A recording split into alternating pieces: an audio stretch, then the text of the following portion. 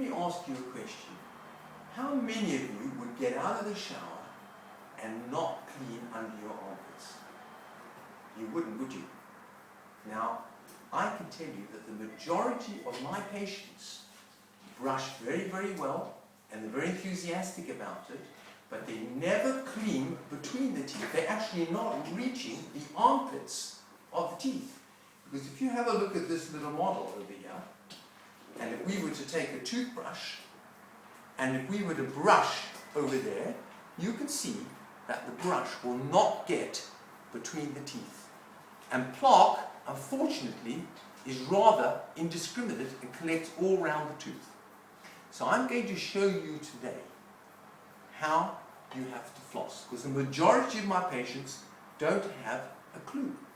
Here we have a little model, which I've expertly made, if I may say so, out of 2 paper cups and a bit of plaster, and you can see very carefully that I've inked out the armpit area, which is the 2 black areas between the cups.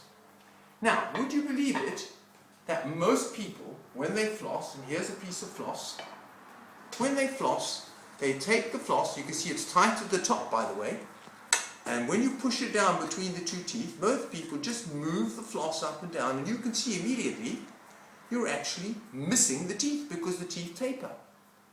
Now, the correct way to do it is actually to pull the floss against first this tooth, move it up and down, and then push it against that tooth and move it up and down.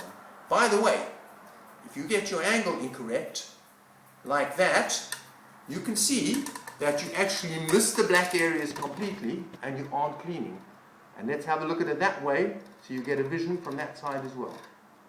Of course, you can, if you want to, use little interspaced brushes, and they're very successful if you get the right size, because if it's too small, as you can see, you're going to miss the teeth. You need the right size brush.